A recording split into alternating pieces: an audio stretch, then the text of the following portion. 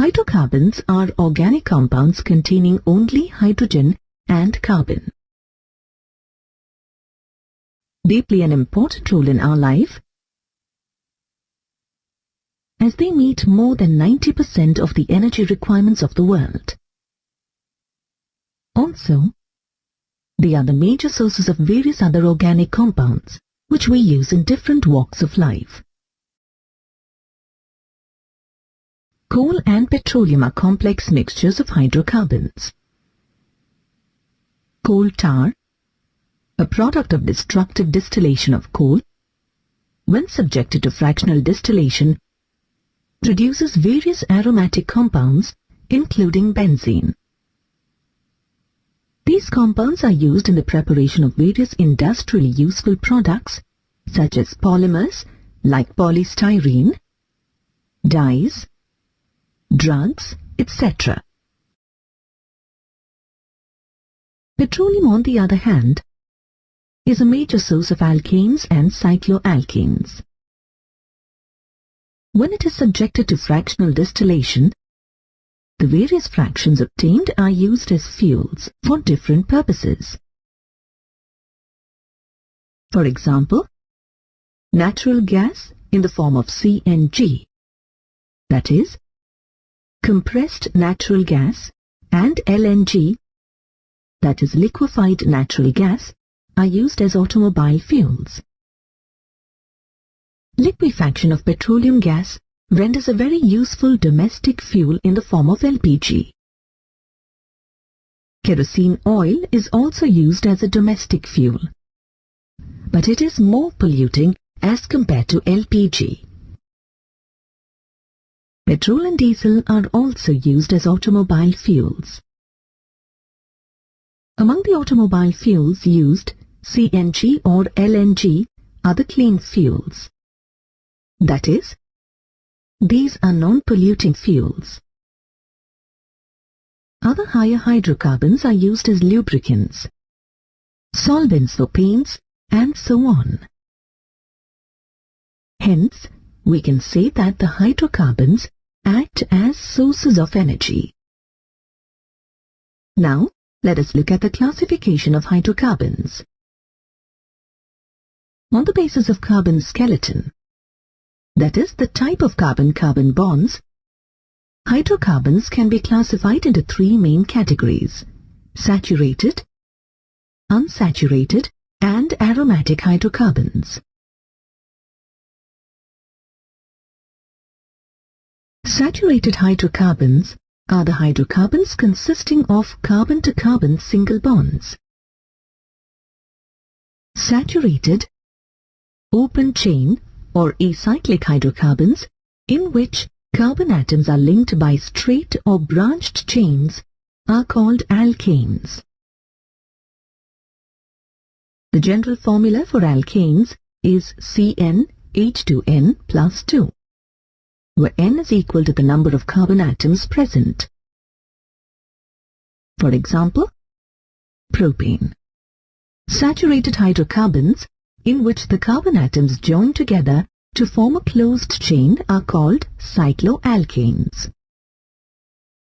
The general formula for cycloalkanes is CnH2n, where n is equal to the number of carbon atoms present.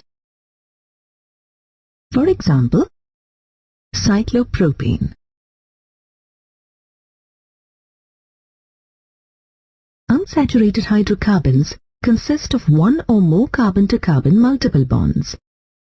That is, a double bond or a triple bond or both.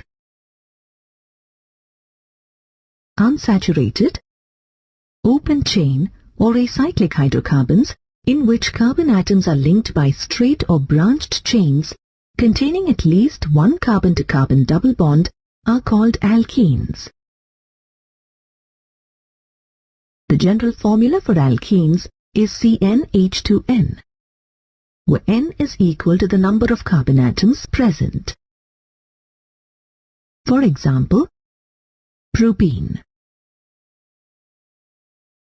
Unsaturated, open chain or acyclic hydrocarbons in which carbon atoms are linked by straight or branched chains containing at least one carbon-to-carbon triple bond are called alkynes.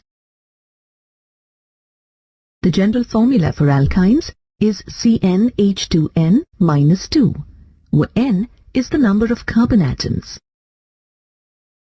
For example, propyne. Aromatic hydrocarbons are cyclic hydrocarbons with alternative double bonds in conjugation. Aromatic compounds are benzene and the compounds that resemble benzene in their chemical behavior. For example, benzene, toluene, etc. As we learnt, alkanes are the simplest form of hydrocarbons containing carbon-carbon single bonds. Its molecules consist of carbon-hydrogen bonds and carbon-carbon single bonds. Since each carbon is bonded to 4 other atoms through single covalent bonds, the compounds are called saturated compounds. They contain carbon-carbon single covalent bonds which are strong sigma bonds. Due to this, the compounds are almost chemically non-reactive at normal temperature and pressure. This is why they were earlier known as paraffin, which, in Latin, means little affinity. We have learnt that the general formula for alkanes is CnH2n+2, where N stands for the number of carbon atoms and 2n+2 stands for the number of hydrogen atoms in a molecule. The most simplest alkane is methane. It has one carbon atom connected to 4 hydrogen atoms. The next member, ethane, can be obtained by replacing one of the hydrogen atom of methane by the CH3 group. This group is methyl group, which is a type of alkyl group. Thus, ethane with molecular formula C2H6 is derived by replacing one hydrogen atom by CH3 group from the methane CH4 molecule.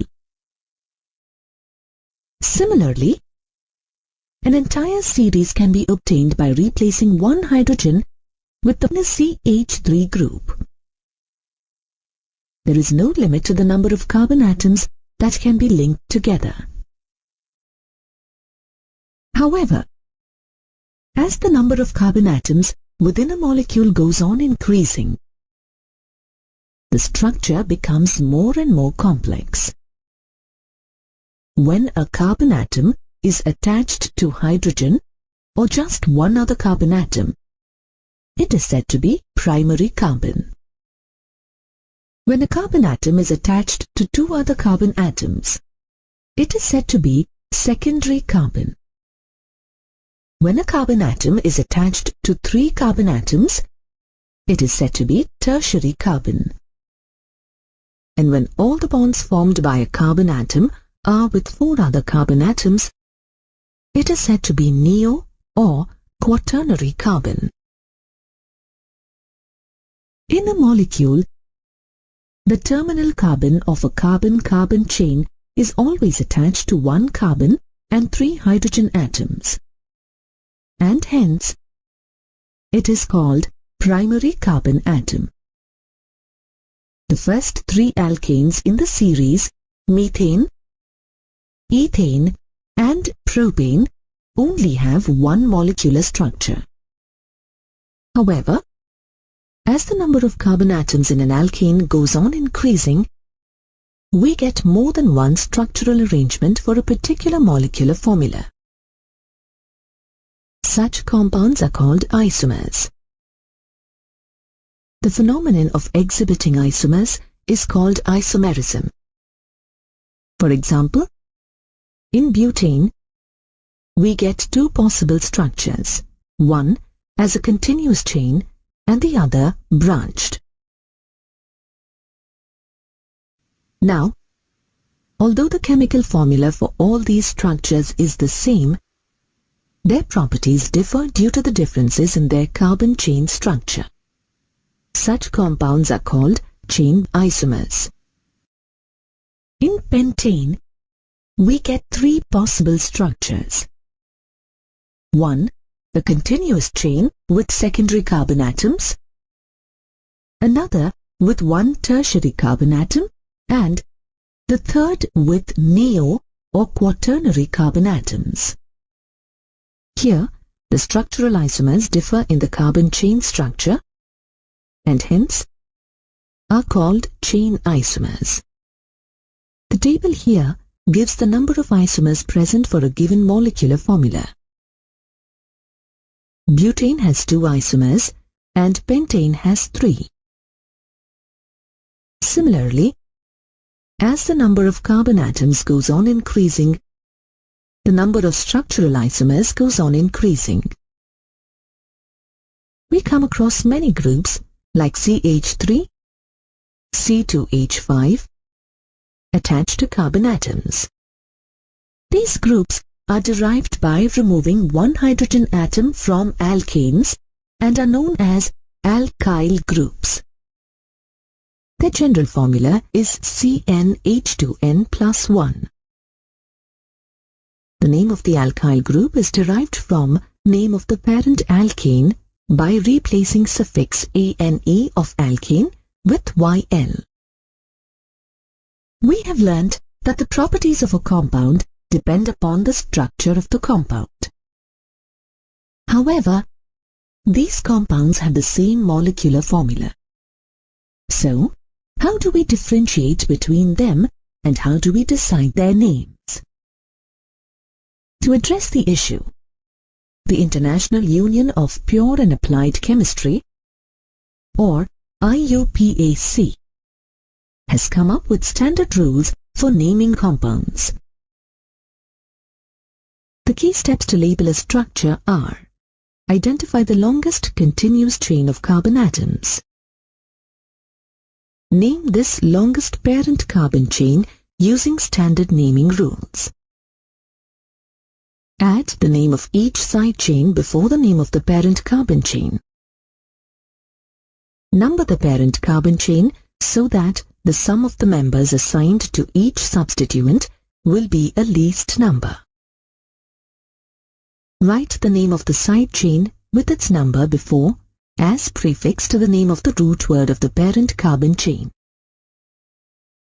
If there are multiple side chains of the same type attached to the parent carbon chain, use prefixes such as di and tri to indicate it with its assigned number to the parent chain. Let's again look at the 3 structures that we had obtained for pentane, C5H12, and label them as structure 1, 2, and 3.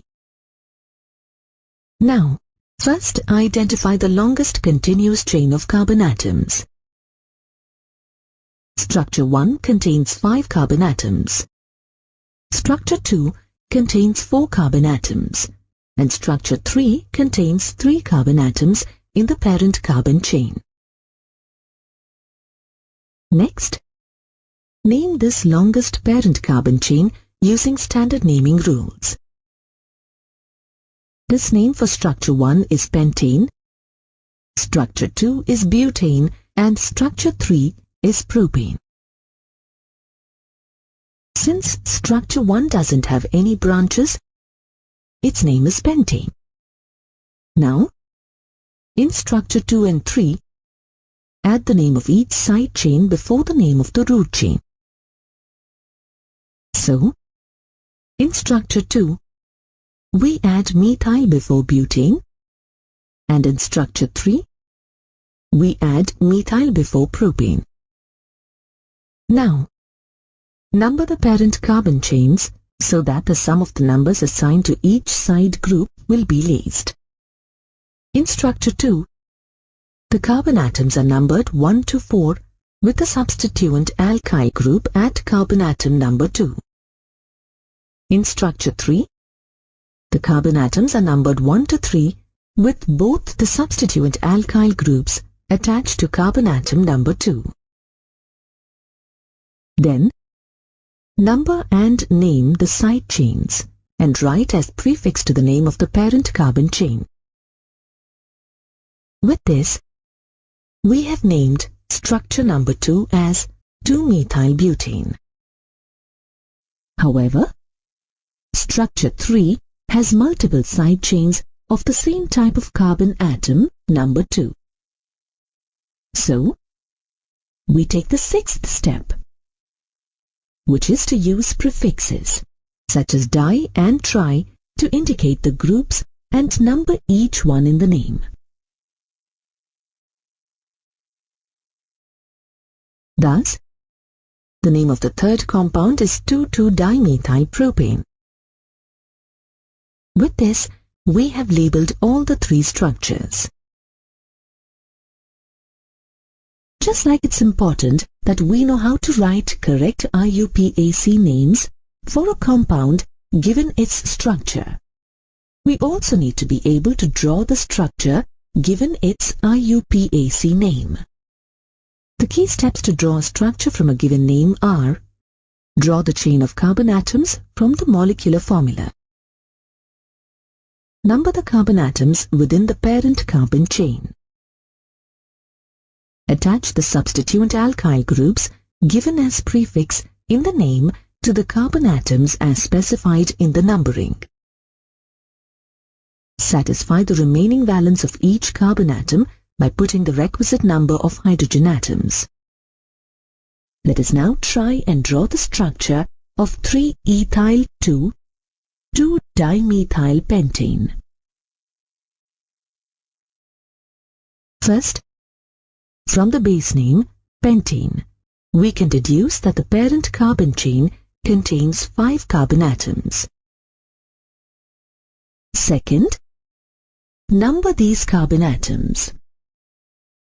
Third, from the name we can identify that we have to attach an ethyl group to atom number 3 and 2-methyl group to atom number 2.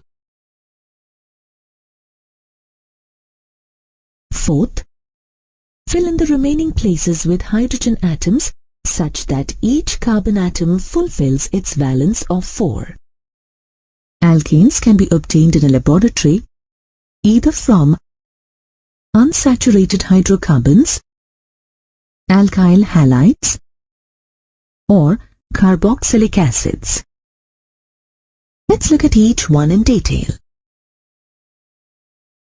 Unsaturated hydrocarbons, like alkenes, react with hydrogen in the presence of finely divided catalysts, like platinum, palladium, or nickel, to form alkanes. As this reaction involves addition of hydrogen, it is called hydrogenation. The surface of these metals absorb hydrogen gas and activate the hydrogen-hydrogen bond. The reaction using platinum and palladium can be catalyzed at room temperature. However, the reaction using nickel as a catalyst requires relatively higher temperature and pressure.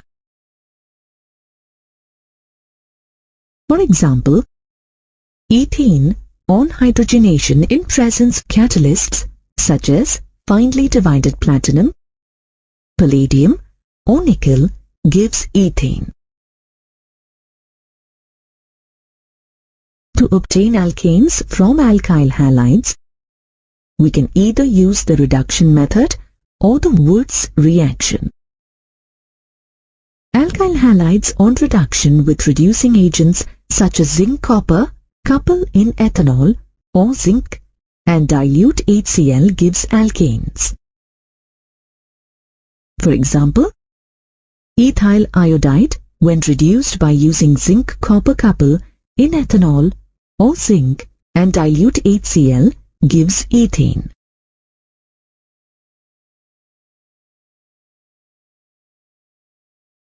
Now let's see how to obtain alkane from alkyl halides using the Wurtz reaction.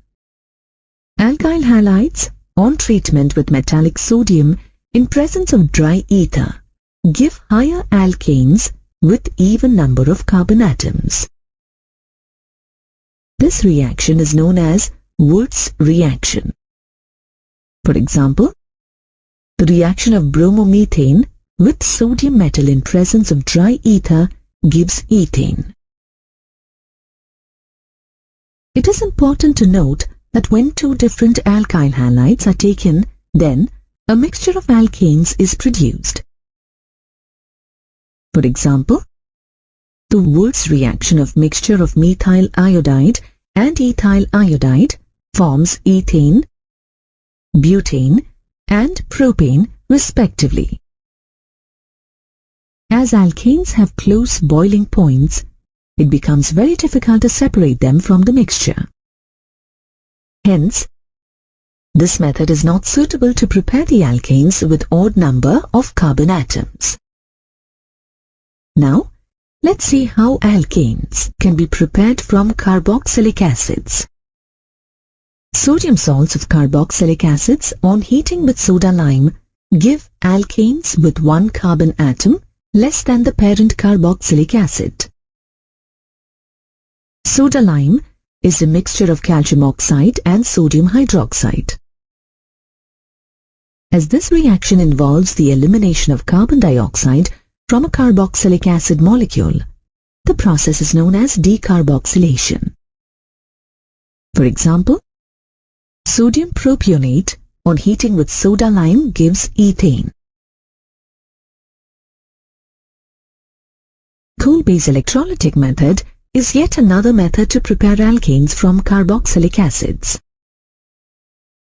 This method involves the preparation of alkanes with even number of carbon atoms through the electrolysis of aqueous solutions of sodium or potassium salts of carboxylic acids. For example, the aqueous solution of sodium or potassium acetate on electrolysis gives ethane.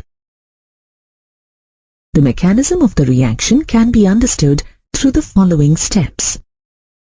At anode, the acetate ions in the solution lose electrons at the anode and form acetate free radicals. The acetate free radical lose carbon dioxide molecule and thus form methyl free radicals. The methyl free radicals further react and form ethane gas. At cathode, water molecules accept the electrons and split up into hydroxyl ions and hydrogen-free radicals. Two such hydrogen-free radicals combine together and form hydrogen gas. Thus, in coal-based electrolysis method, alkane is produced at the anode. First, let's look at the physical properties. These include appearance, color, odor, boiling point, solubility, and polarity, among others. These properties depend on the attractive forces working on the molecules. As we have learned, alkanes consist of only carbon-to-carbon and carbon-to-hydrogen single bonds. These bonds are covalent, and the electronegativity between two carbon atoms or between carbon and hydrogen is almost negligible. Hence, the molecules formed are non-polar. This is why the only attractive force acting on these molecules is the weak van der Waals forces. Therefore, the first four members of the series, C1 to C4, are gases. C5 to C17 are liquids, while the molecules containing 18 or more than 18 carbon atoms are solids at 25 degrees Celsius. They are all colorless and odorless. Due to their non-polar nature, these compounds are insoluble in polar solvents like water and soluble in non-polar solvents like benzene. Their boiling point is decided by the strength of the van der Waals force. This force is very sensitive to distance. Hence, for a strong force of attraction, the molecules need to be held close together. However, in alkanes, because of their nonpolar molecules, the van der Waals forces are weak, and hence, their boiling points are much lower than expected. As the size of a molecule increases, its surface area increases. Thus, the strength of the intermolecular van der Waals force also increases. A linear or straight chain alkanes like pentane has a higher boiling point than its branched isomers like 2-methylbutane and 2,2-dimethylpropane. This is because branching reduces the surface area of a molecule, leading to a weakening of the van der Waals forces, which are then overcome at relatively lower temperatures. Now, let's look at the chemical properties of alkanes. As we have seen, alkanes are nonpolar. Their carbon bonds are quite stable, and so they do not easily react with acids and bases. However, they do undergo substitution reactions and combustion reactions under certain conditions, as their carbon atoms are in strongly reduced states.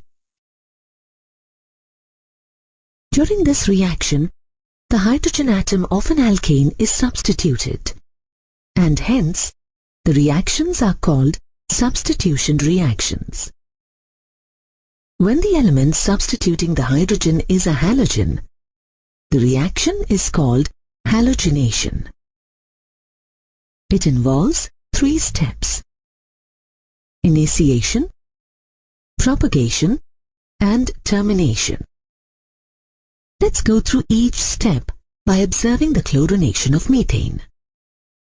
During chlorination of methane, the 4 hydrogen atoms of methane are step by step substituted or replaced by chlorine atoms, forming tetrachloromethane as the final product. During initiation, the chlorine molecule is homolyzed in the presence of heat or light, forming chlorine-free radicals. During propagation, 2 reactions take place. First, the chlorine-free radical attacks the methane molecule, forming a methyl-free radical and hydrogen chloride. Next, the methyl-free radical attacks the second chlorine molecule, forming chloromethane, and 1 more chlorine-free radical, setting up the chain reaction. The chlorine-free radical formed sets up many other propagation steps to form more halogenated products. These steps are repeated till all the hydrogen atoms in the methane molecule are replaced by chlorine atoms. During termination, the reaction stops either because all the reactants have been consumed or because of the following possible chain terminating reactions. One possible reaction is that 2 chlorine-free radicals combine to form a chlorine molecule. Another possible reaction is that 2 methyl-free radicals combine to form ethane. Or a chlorine-free radical and a methyl-free radical combine to form chloromethane. Thus, in the chlorination of methane, ethane is obtained as a byproduct. Now let's understand the combustion reaction of alkanes. On heating, alkanes get completely oxidized to carbon dioxide and water along with heat. In the presence of air or dioxygen. This is why alkanes are used as fuels. When alkanes undergo incomplete combustion, they form carbon black. It is used in the manufacturing of ink, printer ink, black pigments, and as filters. Alkanes, like methane, on heating at high pressure with a regulated supply of oxygen and in the presence of a suitable catalyst, provides a variety of products like methanol and methanal. Ethane gives ethanoic acid, and an alkane with tertiary hydrogen atom like 2-methylpropane gives corresponding alcohol. When a normal alkane like N-hexane is heated in the presence of anhydrous aluminium chloride and hydrogen chloride gas, it isomerizes to a branched chain alkane like 2-methylpentane and 3-methylpentane. Alkanes undergo aromatization or reforming.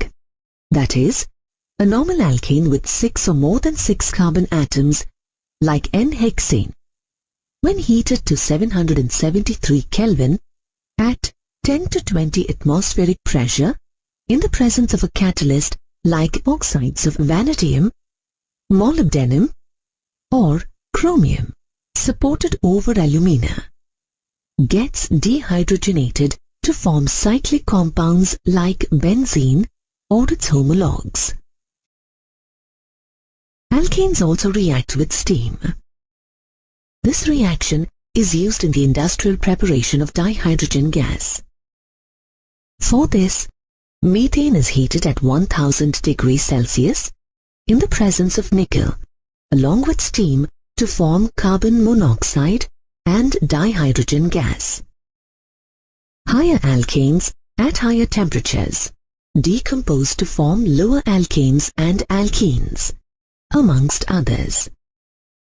This reaction is also known as pyrolysis, or alkanes with 2 or more carbon atoms like ethane and propane consist of carbon-to-carbon single covalent sigma bonds, in which the electrons are shared symmetrically around the internuclear axis of the carbon-carbon single bonds. The atoms within a molecule are in constant rotational movements along the internuclear axis, as the molecular orbitals are not disturbed due to rotation. Due to this, the shape of an alkane molecule can be twisted into different three-dimensional arrangements by rotation about the carbon-to-carbon single bond or bonds. These different three-dimensional arrangements are interchangeable and are called conformations. These interconversions are very rapid, and hence, in a short span of time, a given molecule may exist in infinite different conformations. However, remember, conformations do not affect the bond angle and the bond length. Now let's understand the concept of conformation better by using the ethane molecule as an example. We can see that each carbon atom is attached to 1 carbon and 3 hydrogen atoms. Now, imagine one of the carbon atoms along with its hydrogen bonds rotating around the internuclear axis of the carbon-to-carbon bond. You can see that this rotation causes infinite different spatial arrangements of the hydrogen atoms of 1 carbon atom with respect to the hydrogen atoms of another carbon atom. These arrangements are called conformational isomers. In reality, both the carbon atoms will be going through such rotations, thus increasing the number of spatial arrangements. Let's study these in detail. We can observe that there are 2 extreme positions of the hydrogen bonds of 1 carbon in relation to the hydrogen bonds of another carbon atom. One where the hydrogen atoms attached to the two carbon atoms are as close as possible to each other, and the other where they are as far apart as possible. When the arrangement has the hydrogen atoms close to each other, the three hydrogen atoms and carbon atoms at the back are hidden by the three hydrogen atoms attached to the carbon atom in the front. And so the arrangement is known as eclipsed conformation. The arrangement wherein the hydrogen atoms are far from each other, the three hydrogen atoms and carbon atoms at the back are visible behind the three hydrogen atoms attached to the carbon atom in the front, giving the arrangement a neatly distributed look. And so the arrangement is known as staggered conformation. All the arrangements between the eclipsed and staggered positions are known as skew conformations. In the eclipsed conformation, the molecule is the least stable as the repulsive force between the electrons is the maximum. This is due to close spatial arrangement of the carbon-hydrogen bonds. In the staggered conformation, the molecule is the most stable, as there is minimum repulsive force between the electrons. This is because the carbon-hydrogen electrons are the farthest from each other. The repulsive interaction between the electron clouds in a molecule, which affects the stability of a conformation, is called torsional strain. Its magnitude depends upon the angle of rotation about the carbon-to-carbon bond. This angle is known as torsional or dihedral angle. The energy difference between eclipsed and staggered conformations is 12.5 kilojoules per mole, which is easily overcome at room temperature and pressure. Due to this, it is not possible to separate different conformation isomers of ethane. Now that we have seen what conformation means, let's learn the two standard visual representations used to explain it. These are known as Sawhorse projection and Newman projection. In Sawhorse projection, the molecules are viewed along their molecular axis, that is, at an oblique angle. Here, the carbon-to-carbon bond is shown as a long straight line, whose upper end is bent slightly either towards the left or towards the right-hand side. The front carbon is shown at the lower end of the line and the back carbon at the upper end. Each carbon has 3 hydrogen atoms attached to it. These bonds are shown with the help of 3 lines attached to the carbon atom. These are inclined at an angle of 120 degrees to each other. Using Sawhorse projection, the 3-dimensional structure of the eclipsed and staggered conformations can be easily visualized. In Newman projection, the carbon-to-carbon bond conformation is viewed head-on, that is, front to back. The carbon atom at the front is represented as a dot and the carbon atom at the back is represented as a circle. The hydrogen atoms attached to the carbon atoms are shown by lines. The bond angle between these lines is kept at 120 degrees. The hydrogen atoms connected to the carbon atom in the front are represented by longer lines, and those connected to the carbon atom at the back are represented by shorter lines. Using Newman projection,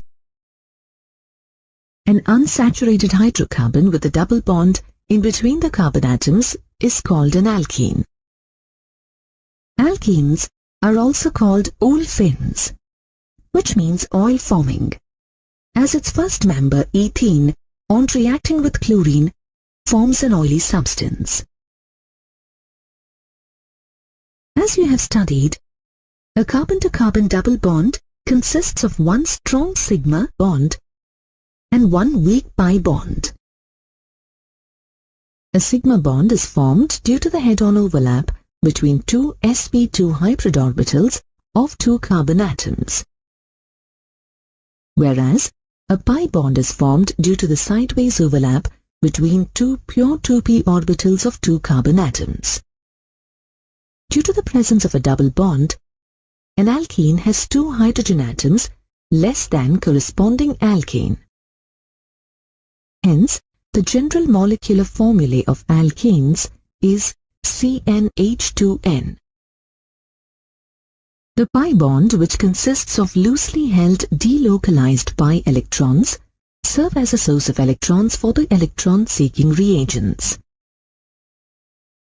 Thus, the electron-seeking or electron-deficient reagents, called electrophilic reagents, attack weaker pi bond in alkenes and form corresponding saturated compounds. The presence of the weaker pi bond makes alkenes more reactive than the corresponding alkanes. The IUPAC name of the alkenes can be divided into two parts, that is, root word, which indicates the length of the carbon chain, and suffix -ene, which indicates the double bond. For example, the IUPAC name of an alkene with two carbon atoms can be divided into two parts, that is, root word eth plus the suffix -ene. Hence, the IUPAC name is ethene. In the IUPAC system, alkenes are named by replacing the suffix -ane of the corresponding alkanes by the suffix -ene. For example, ethene is named from ethane by replacing the suffix -ane with -ene.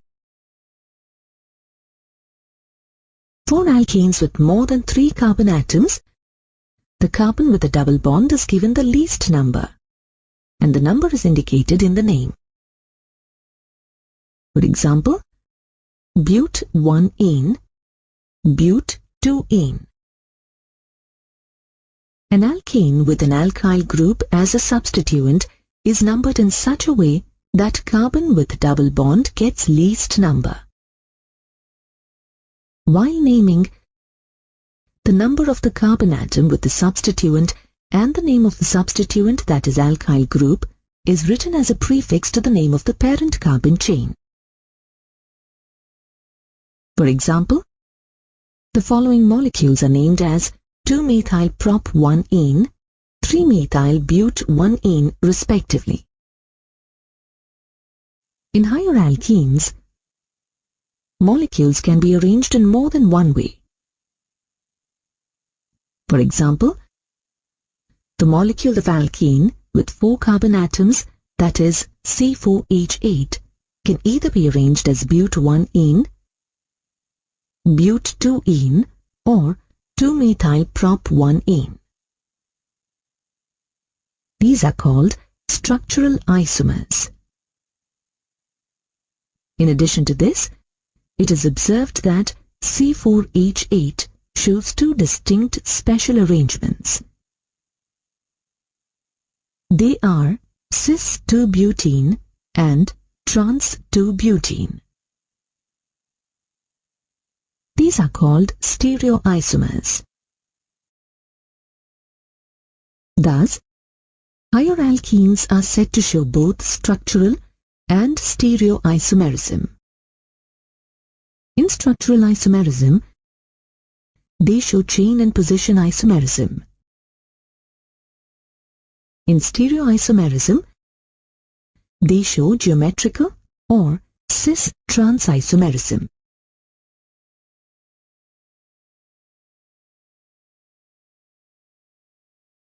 In a molecule of C4H8, all the carbon atoms are present in the form of straight or branched chains. For example, structures 1 and 2 have straight chains, whereas structure 3 has a branched chain. Structures 1 and 3 and 2 and 3 are said to be chain isomers of each other. When in two structures, the position of the double bond alone is different, they are said to be position isomers. Structures 1 and 2 are position isomers. A compound like but2-ene shows two distinct configurations or spatial arrangements, and hence, its molecules are said to show geometrical isomerism, a type of stereoisomerism. When the two CH3 groups attached to each carbon atom of the double bond are on the same side, the isomer is called a cis isomer. On the other hand, when the two CH3 groups attached to each carbon atom of the double bond are on the opposite side, the isomer is called as trans isomer. Due to the difference in the spatial arrangement, cis and trans isomers have different melting points, boiling points, dipole movement, solubility, and many other properties. For example, the cis but2-ene molecule is polar, whereas the trans but2-ene molecule is non-polar. This is because in a cis but2-ene molecule, as the two CH3 groups are on the same side of the double bond, there is a greater, hence the molecule is polar, CH3 bond dipole on each side, causing distinct positive and negative regions in the molecule. However, in case of a trans but2-ene molecule, the two CH3 groups are present on the opposite sides of the double bond. Thus, the bond dipoles of each CH3 bond cancel each other, making the molecule non-polar. Hence, we can conclude that trans isomers are more stable than cis isomers.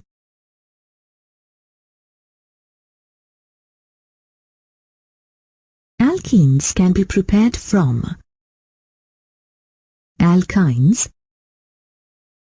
alkyl halides, vicinal dihalides, and alcohols. Let's look at each of them in detail. To obtain alkenes from alkynes, we carry out partial catalytic hydrogenation. During this reaction, addition of a hydrogen molecule, that is, addition of two hydrogen atoms, takes place across the triple bond of the alkyne. There are two catalysts that are commonly used. One is palladized charcoal, which is partially deactivated using compounds like barium sulfate or quinoline. It is also known as Lindlar's catalyst. The other catalyst is sodium in liquid ammonia. For example, ethine, on reduction with palladized charcoal or sodium in liquid ammonia, forms ethane. Similarly, propine, on reduction with palladized charcoal or sodium in liquid ammonia, forms propene. Depending upon the nature of the catalyst used, a higher alkyne can be reduced to cis or trans alkene. Lower alkynes, such as ethine, and propyne and higher terminal alkynes do not yield cis-trans isomers upon hydrogenation. When the catalyst used is Lindlar's catalyst, the alkene obtained shows cis geometry. When the catalyst used is sodium in liquid ammonia, the alkene obtained shows trans geometry. For example, 2-butene, on reduction with palladized charcoal in presence of quinoline, forms cis-2-butene. However, 2-butene, on reduction with sodium in the presence of liquid ammonia, forms trans-2-butene.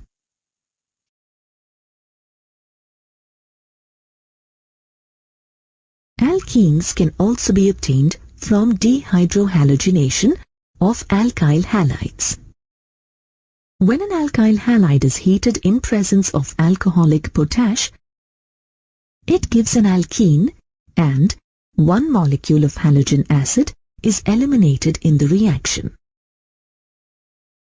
The hydrogen atom for the halogen acid is obtained from the carbon atom adjacent to the carbon atom attached to the halogen atom. The carbon atom attached directly to halogen is called alpha carbon, whereas the adjacent carbon is called beta carbon. Hence, the reaction is known as beta elimination reaction. As hydrogen and halogen atoms are removed in the form of halogen acid from alkyl halide, the reaction is also known as dehydrohalogenation reaction. For example, 1-chloroethane on heating with alcoholic potassium hydroxide forms ethene. During this reaction, the hydrogen and halogen atoms on adjacent carbon atoms of 1-chloroethane are eliminated in the form of hydrochloric acid. In a dehydrohalogenation reaction, if there are two possible positions where the double bond can be formed, then the product obtained is governed by Cbse's rule. Cbse's rule states that elimination will predominantly proceed to the formation of olefin in which the double bond is highly substituted. In other words, the hydrogen atom will be removed from the carbon atom possessing lesser number of hydrogens.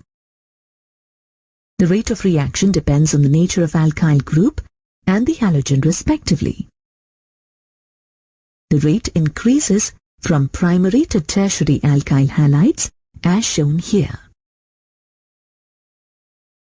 The rate is also affected by the halogen atom attached and is the highest for iodine and lowest for chlorine. Another way to obtain alkenes is by the dehalogenation of vicinal dihalides.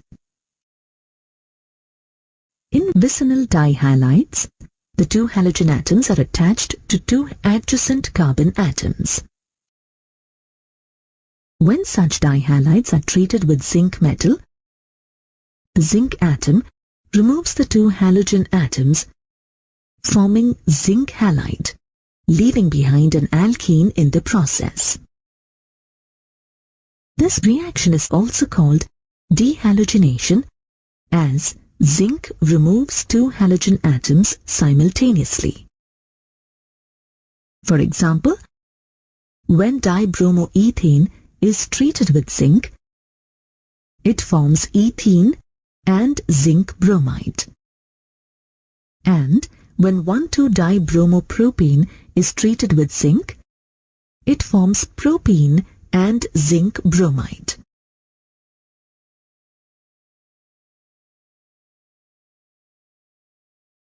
Alkenes can also be obtained from alcohol using acidic dehydration process. When heated with concentrated sulfuric acid the OH group of the alcohol and one hydrogen atom from the adjacent carbon atom are eliminated in the form of a water molecule, forming an alkene. Hence, the reaction is said to be acidic dehydration of alcohol. An example of this would be the dehydration reaction of ethanol on heating with concentrated sulfuric acid to form ethene. During this reaction, the hydrogen atom and the hydroxyl group from adjacent carbon atom are eliminated in the form of water to form ethene. Dehydration takes place in 3 stages. First, the alcohol is protonated by the acid catalyst to form a protonated alcohol.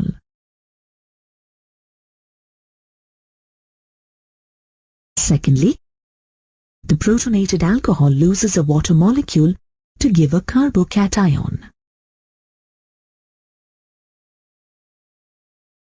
Finally, the carbocation formed loses a hydrogen ion and forms a double bond. Cbse's rule also governs the dehydration of alcohols. For example, in the dehydration of 2-butanol, there are 2 possible positions for the double bond. However, 2-butene is more substituted than 1-butene. Hence, the more predominant product is 2-butene. Thus, we see that alkenes can be obtained by many different methods. Now let us look at the physical properties of alkenes. Alkenes are colorless hydrocarbons. Except for ethene, all the other alkenes are odorless as well. The first 3 members of alkene homologous series are gases, the 4th to 14th are liquids, and all members above 15th are solids. Being non-polar compounds, alkenes are insoluble in water, but soluble in non-polar solvents like benzene and petroleum ether. Alkenes are unsaturated hydrocarbons consisting of a sigma bond and a pi bond. The typical reactions of alkenes involve the breaking of the weak pi bond to form 2 sigma bonds. Such reactions are called addition reactions. These addition reactions are usually electrophilic in nature, as the pi electrons of carbon-carbon double bond are available to any species seeking electrons. Let us study the following reactions in alkenes.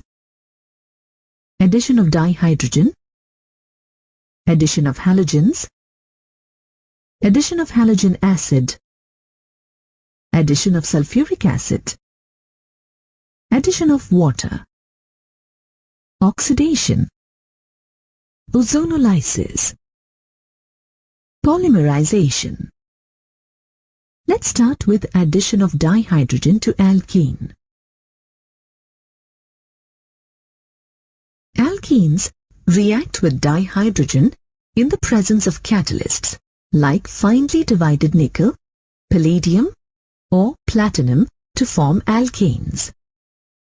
Such addition reactions are always cis addition reactions.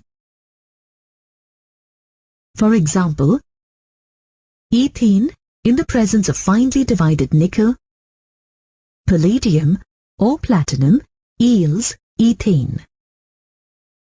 Similarly, propene yields propane. Now let's look at the addition of halogen to an alkene. Alkenes react with halogens such as chlorine and bromine to form vicinal dihaloalkanes. However, they don't react with iodine under normal conditions. For the reactions with chlorine and bromine, the alkenes and the halogens are mixed together in an inert solvent like carbon tetrachloride. Ethene reacts with bromine to give 1,2-dibromoethane. This reaction proceeds via the formation of an intermediate called cyclic bromonium ion.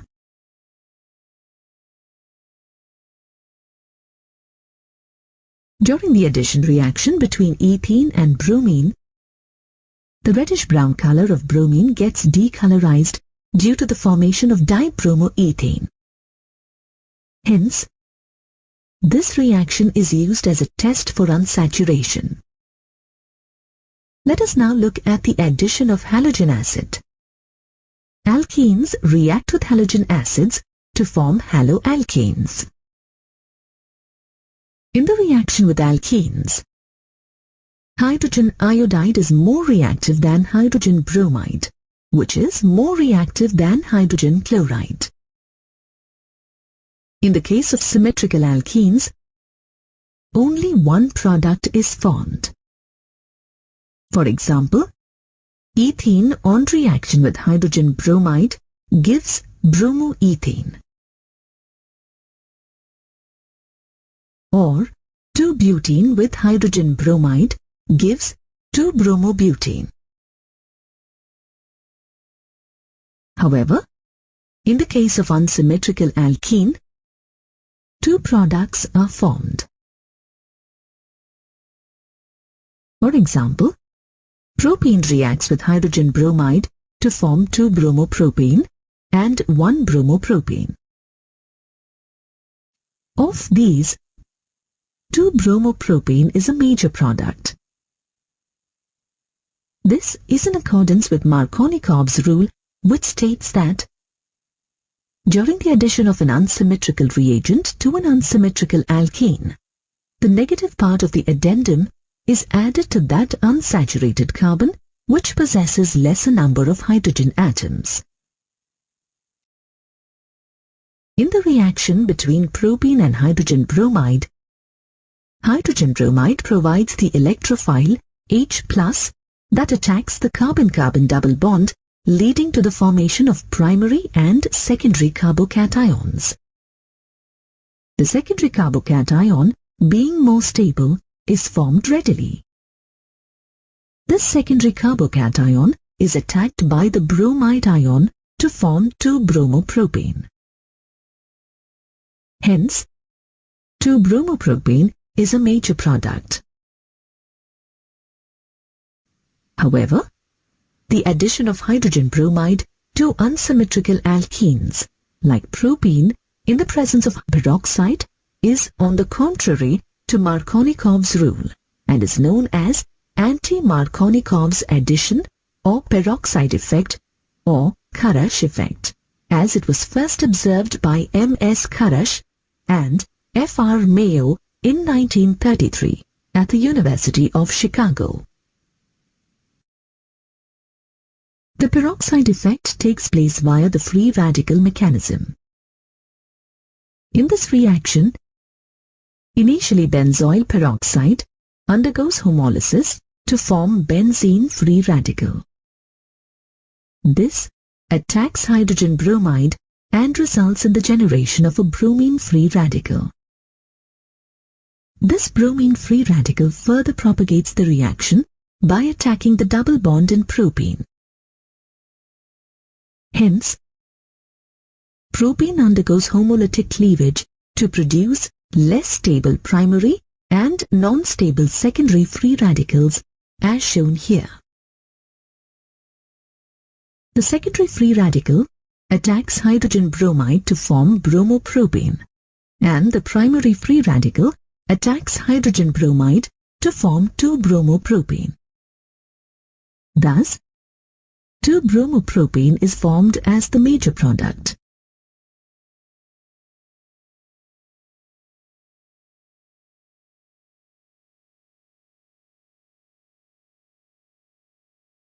Now let us move to the addition reactions of alkene with sulfuric acid and water respectively. Alkenes react with cold concentrated sulfuric acid in accordance with Markovnikov's rule to form alkyl hydrogen sulfates. For example, ethene and propene react with cold concentrated sulfuric acid and form ethyl hydrogen sulfate and propyl hydrogen sulfate respectively. Alkenes react with water in accordance with Markovnikov's rule.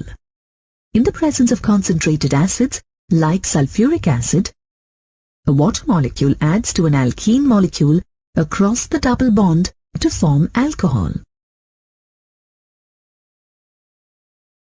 For example, 2-methylpropene reacts with water in presence of concentrated sulfuric acid to form 2-methylpropan-2-ol. Let us now look at the oxidation reactions of alkenes. Alkenes, on reacting with cold dilute aqueous solution of potassium permanganate, which is also called Bayer's reagent, produce vicinal glycols, that is, 1,2-diols. For example, ethene, on reaction with Bayer's reagent, forms ethane 1,2-diol or ethylene glycol. As the purple color of potassium permanganate decolorizes with the formation of glycol, this reaction is used as a test for unsaturation.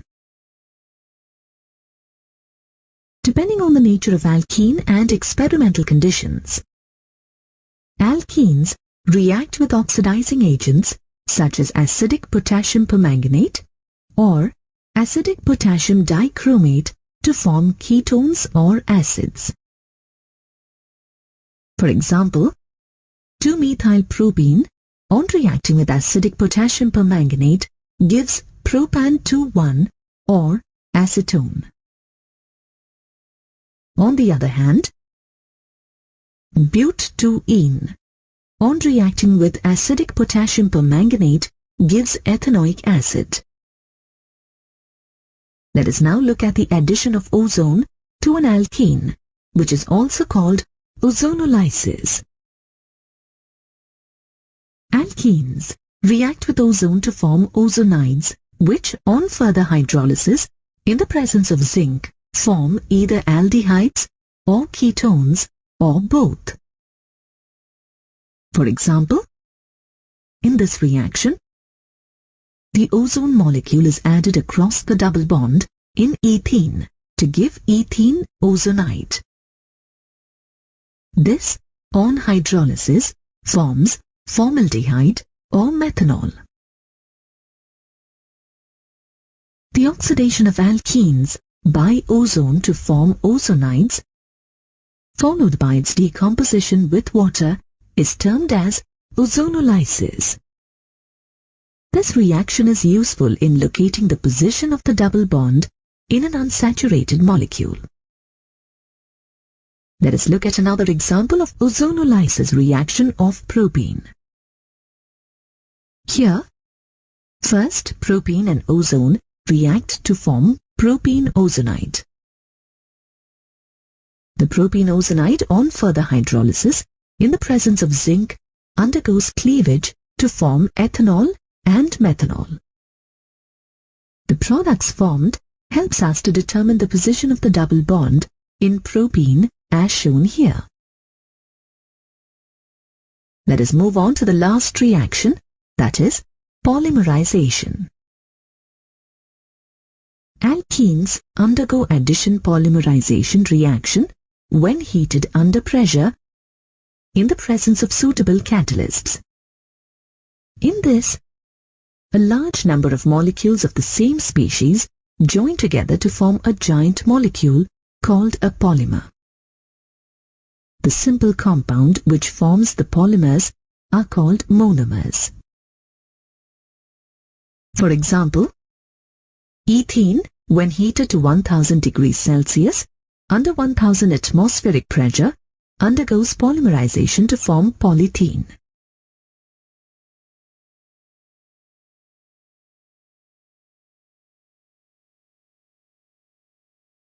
Aromatic hydrocarbons containing 2 or more fused rings are called polycyclic aromatic compounds or polynuclear aromatic hydrocarbons. Coal tar is the main source of polynuclear aromatic hydrocarbons. These hydrocarbons possesses either a linear or an angular structure. An example of a hydrocarbon with a linear structure is naphthalene or anthracene, and that of with an angular structure is phenanthrene and pyrene. These hydrocarbons are carcinogenic. That is, they cause cancer. Examples of polynuclear hydrocarbons that cause cancer are 1,2-benzanthracene, 3-methylchloranthrene, 1,2-benzpyrene, 9,10-dimethyl 1,2-benzanthracene, and 1,2,5,6-dibenzanthracene. There is no general method by which we can predict as to which polynuclear hydrocarbons will be carcinogenic. However, it is found that the number and position of certain groups such as methyl, hydroxide, cyanide, and methoxy in these compounds give rise to carcinogenic tendencies. These polynuclear aromatic hydrocarbons enter the environment due to the incomplete combustion of coal, petroleum, tobacco, etc. On entering the human body, these compounds undergo various biochemical reactions and damage DNA. This causes a sudden change in the DNA